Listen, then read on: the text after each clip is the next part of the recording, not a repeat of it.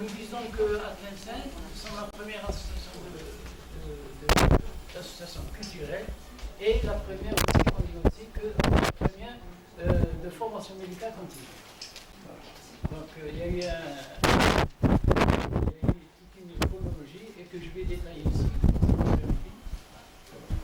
Alors, c'était en 1984, nous étions la nouvelle vague des médecins spécialistes récemment installés à Tlemcen. Le terrain médical était réservé jusque-là à une vieille dynastie presque inamovible de médecins qui ont soigné la population tlemcenienne des décennies durant. Nous étions tout heureux de nous asseoir avec eux, de participer avec eux à des conférences. Malgré nos titres, nous restions humbles, toujours très respectueux envers eux. Nous avons voulu les imiter car ils ont donné le meilleur d'eux-mêmes, tant sur le plan médical que sur le plan social et politique. Ils se sont sacrifiés pour la patrie et beaucoup parmi eux ont connu les géoles de l'occupant. Nous devions perpétuer l'esprit volontaire et communautaire de nos aînés. Les icônes représentatives de cette génération médicale étaient les Dr Gawa Al-Kim, peut-être que vous les connaissez, Dr Baba Ahmed Al-Hadid, Dr Khara Mostafa Mansour, Dr Hamid Oufsi, Dr Abdel Mohamed, Dr Salah Al-Hadid, Dr Haj Allat, Dr Troki Hussein, Allah yarhamah. Je me vois avec certains confrères en train de cogiter ensemble, réunion après réunion, sur la meilleure démarche à entreprendre pour une prise en charge adéquate des personnes âgées. C'était l'époque où l'on cherchait par correction et par respect à nos aînés le vocabulaire essayé de mieux pour éviter de prononcer le mot vieux ou personne âgée qui pourrait choquer. Notre projet avait surpris tout le monde. En effet, cela semblait paradoxal dans un pays qui se targuait à l'époque d'avoir une population jeune à hauteur de 75%, avec seulement en filigrane une frange de personnes âgées qui, il est vrai, était insignifiante. Mais nous, on savait que cette frange de la population allait connaître une démographie de plus en plus importante et que sa prise en charge conséquente ne va pas tarder à apparaître. Nous avons conçu dès lors, dès le deuxième semestre de 1984, le premier bureau des personnes du troisième âge. Il leur fallait un espace adéquat où ils pourraient se regrouper, se sentir à l'aise, une sorte de maison familiale, secondaire et non pas un asile. Nous voulions que ce sera aussi un lieu de conservation et de perpétuation de la mémoire culturelle, artisanale, historique, agricole, etc. Un espace d'échange et de transmission avec la jeunesse. Parallèlement à la réalisation de cet espace, nous avons initié un programme pédagogique portant sur de nombreux thèmes à travers des tables rondes entre nous et avec d'autres associations sur les violences sur les personnes ascendantes ou encore l'accompagnement des personnes âgées en fin de vie. Et comme il y avait comme aussi il y avait des tables rondes au niveau de la radio locale. Nous avons consacré également une journée réservée à la protection des personnes âgées. Très tôt, l'idée d'une cellule sanitaire à l'intérieur du local s'imposait étant donné l'importance des besoins médicaux ressentis. Nous avons donc créé une infirmerie où nous assurions une forme de permanence entre nous les médecins et où en même temps on prodiguait les premiers soins, prise d'attention artérielle, injection intramusculaire, traitement de pansement, etc. Nous voyons venir la progression de cette couche vulnérable. À cette époque, la personne âgée arborait les 65 ans et mourait pratiquement presque saine. En effet, grâce d'une part au progrès de la médecine, de la performance des prises en charge médicales, à l'évolution des moyens thérapeutiques ainsi qu'aux moyens de diagnostic précoce et grâce d'autre part à l'amélioration des conditions d'hygiène de vie et une meilleure alimentation, la mortalité des personnes âgées a diminué et l'espérance de vie s'est élevée. De ce fait, la démographie est passée de 60 à 76 ans pour l'homme et de 65 à 82 ans pour la femme.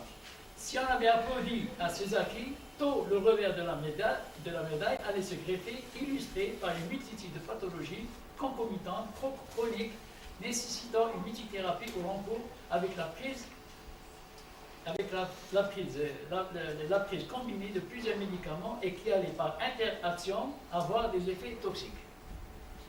C'est ainsi qu'à partir de 1985, nous avons opté pour la formation médicale continue.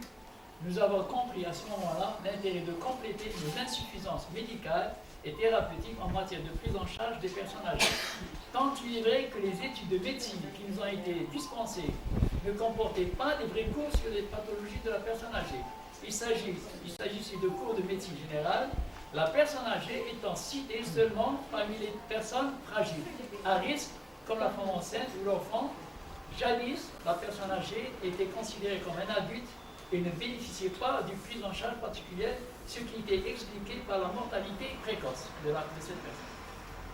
Nous avons opté pour un programme ambitieux qui se voulait être renouvelable chaque année pour combler ainsi notre ignorance en la matière. Nous avons fait appel à nos médecins spécialistes locaux, comme nous avons fait appel à des conférenciers nationaux et étrangers.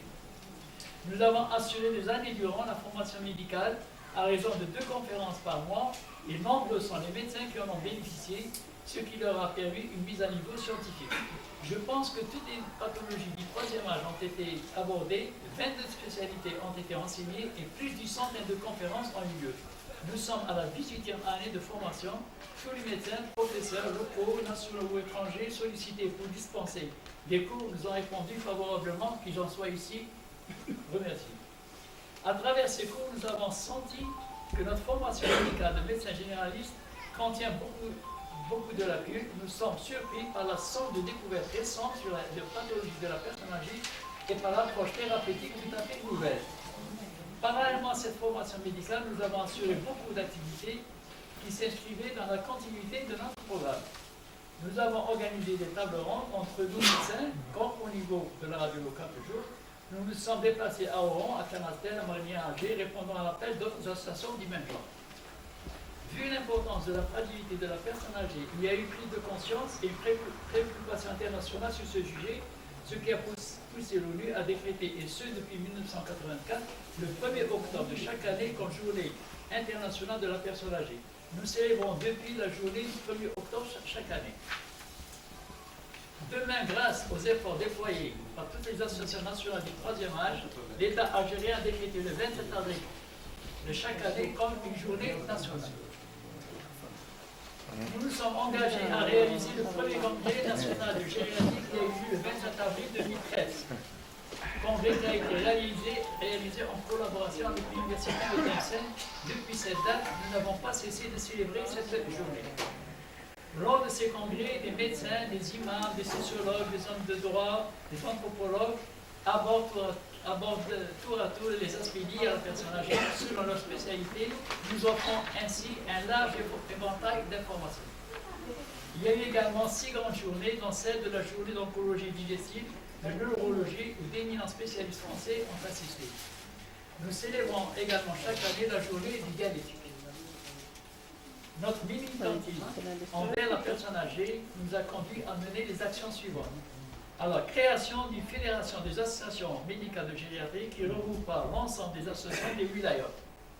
C'est par cet instrument que l'on espérait réaliser 3 objectifs qui nous tiennent à cœur. Alors, premièrement, c'est la création d'une chaire officielle de gériatrie à l'instar des spécialités enseignées comme la pédiatrie, la pneumologie, la chirurgie, la rhumatologie, etc. La question de la vieillesse ne doit pas être laissée à l'abandon car nous risquons d'en payer le prix fort. Les personnes âgées se caractérisent par leur vulnérabilité, tout le monde l'a dit, par leur vulnérabilité du fait de leur vieillissement qui cause automatiquement une fragilité organique et fonctionnelle. Par l'association de plusieurs pathologies, ce qui exige une polymédication et qui consiste à la prise d'au moins 4 médicaments par jour. Et comme l'a dit le professeur Benhamel, au moins 12. C'est ce qu'on appelle la consommation médicale chronique. Et aussi par l'omniprésence des facteurs sociaux et psychopédagogiques environnants, pas toujours favorables. D'accord. Alors donc, nous avons parlé d'une chaire officielle de gériatrie. Nous aussi, on milite pour la création d'un service de gériatrie au sein des CHU, où seront dispensés, en plus de la prise en charge médicale, des soins supplémentaires menés par des équipes multidisciplinaires composées du gériatre, du psychologue, du kinésithérapeute, de l'orthophoniste, de l'ergothérapie et de l'assistance médicale. Alors cette démarche est essentielle. Et des sociologues, oui. Alors cette démarche est essentielle. Elle a pour but d'optimiser l'état fonctionnel des malades âgés en vue d'améliorer leur qualité de vie, leur autonomie physique et intellectuelle. Et enfin, la création d'une unité mobile assurant la permanence pour répondre au mieux aux besoins des personnes âgées démunies, alors cloîtrées dans leur demeure. Toutes ces démarches sont nécessaires pour éviter à la personne âgée de sombrer dans des maladies neuropsychiques telles que la dépression, la dénutrition, l'Alzheimer, le Parkinson, etc. Je vous remercie. Merci.